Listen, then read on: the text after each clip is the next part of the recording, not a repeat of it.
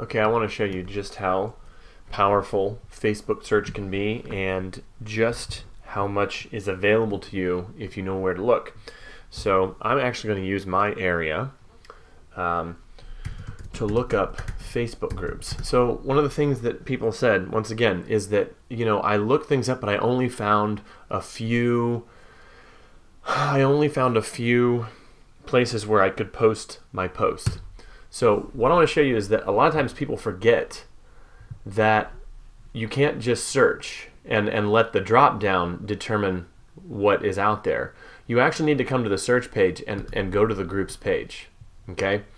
And when you click on the groups page, you see all of these different groups that are out there and available. So again, Franklin Township, in my city, Indianapolis, there are 9 townships that divides the entire city up into 9 different areas. And my township has over 50,000 people in it. And you can see here, Franklin Township online garage sale, 15,000 members, 7,000 members in chat, parent support group, FT chat, Franklin Township Community Chat, Franklin Township Community Garage Sale, 4,000 members, residents, 3,000 members, Revitalized Franklin Township Daycares. So you have all these various Franklin Township people who are exactly the people that I want to be reaching. And then what you would want to do is go in and click on each one. Obviously wait for it to load up and come over to the side where it says see more. Please add your friends and share the page. Feel free to post your sale items or things you are looking for. No business or home sales posts. Now here's what I will tell you. This looks as if it's going to be a problem. A lot of times these administrators don't think of a piano teacher as a business.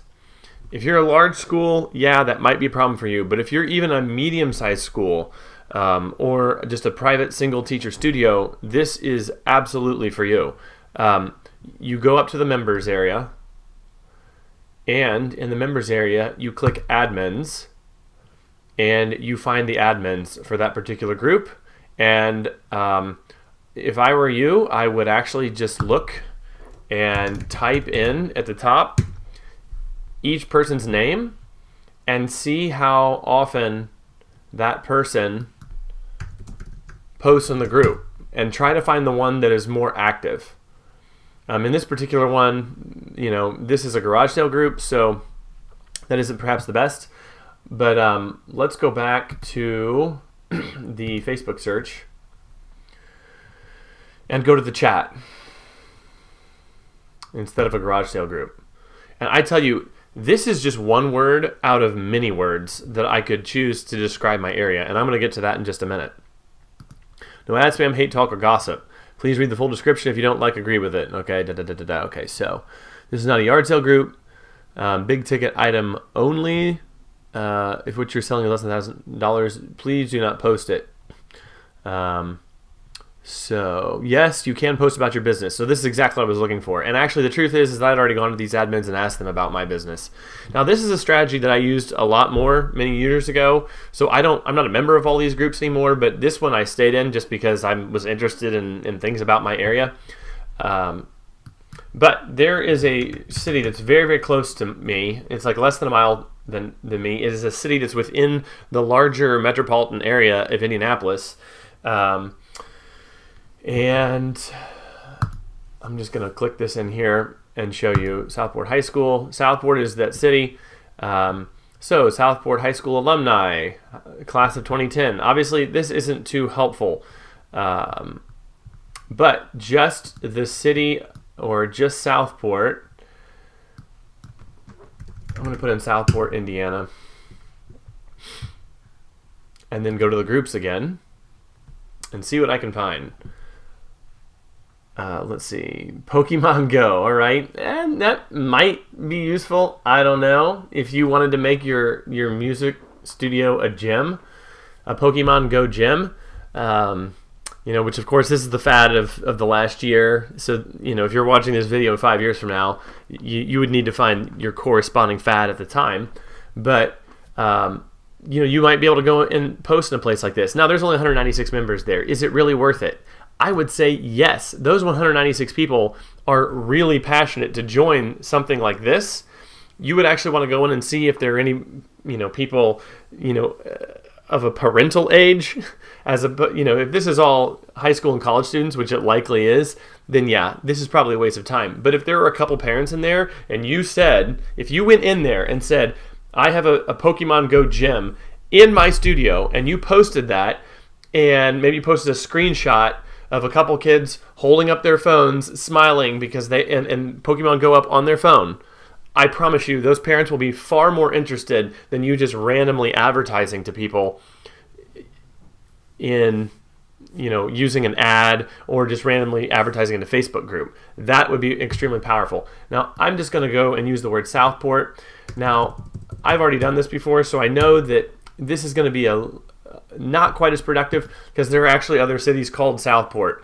Southport, North Carolina, Southport selling page. So you would actually have to do a little bit of work to find your particular city. It would maybe take a little bit of time, but all you need is to find 20 to 30 groups in your area. So let's see, Southport Community Chat, 162 members. Again, it's a smaller community. That doesn't mean it's a waste of your time. Those people are probably a little more engaged. Southport Pets. This is Southport, England. I know that because I've actually gone and looked at this before.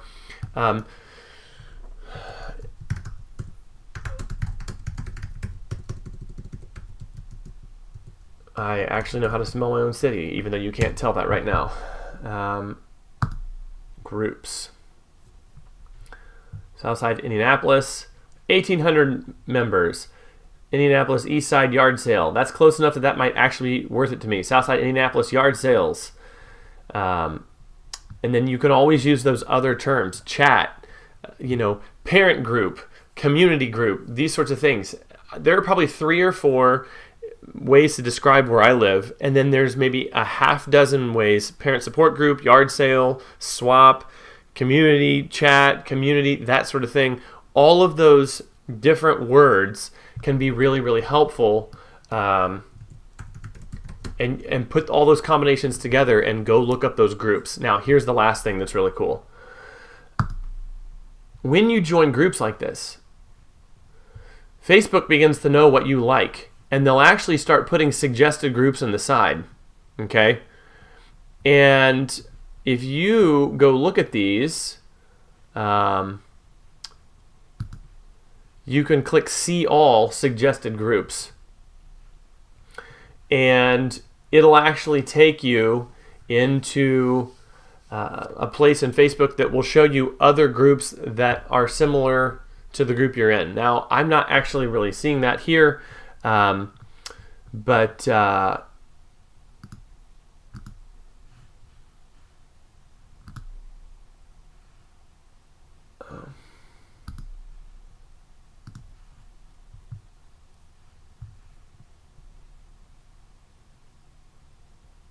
so it'll actually take you to places where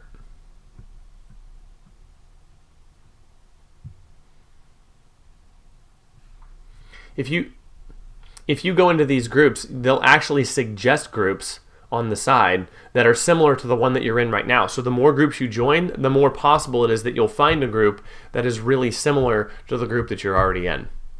So anyway, that is my quick and dirty guide to using Facebook to find students for free.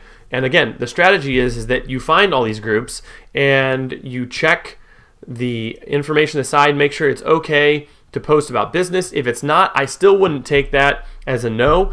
Personally contact the administrator, especially if you're a smaller studio, under 100 students, 1 or 2 teachers, 3 teachers, something like that, maybe even up to 5 teachers, and say, hey, we're just a small local piano studio, maybe underplay it, and then go in and post that really effective post.